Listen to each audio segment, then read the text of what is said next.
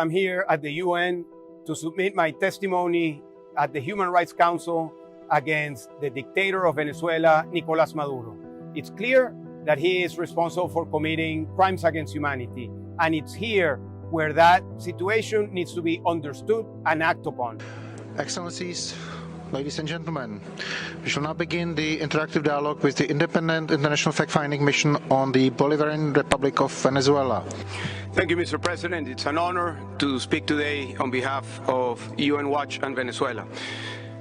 This month, along with more than 2,000 Venezuelans, I submitted my written statement to the International Criminal Court against Nicolás Maduro in the investigation pending for committing crimes against humanity.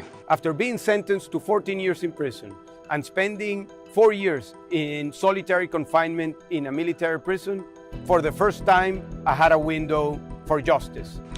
Unfortunately, we find this possibility of justice outside Venezuela because there is no rule of law and justice in Venezuela. We have heard from Maduro representatives and some of his autocratic allies that there has been significant improvements in our countries in terms of human rights. This is not only false, but the situation for millions of Venezuelans continues to get worse. The largest humanitarian crisis in the hemisphere.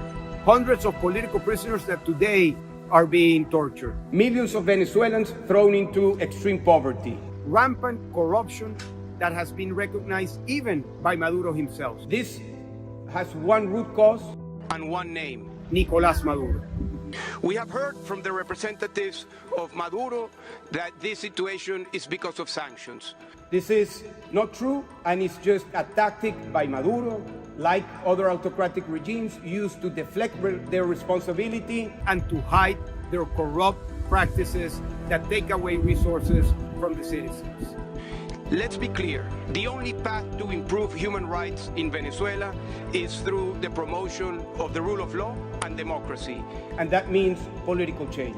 I ask the Council for Human Rights here at the UN, I ask all of the UN system, what are they going to do to promote democracy in Venezuela, which is the core solution to the suffering and the problems of millions of Venezuelans, not only in our territory, but also outside our country.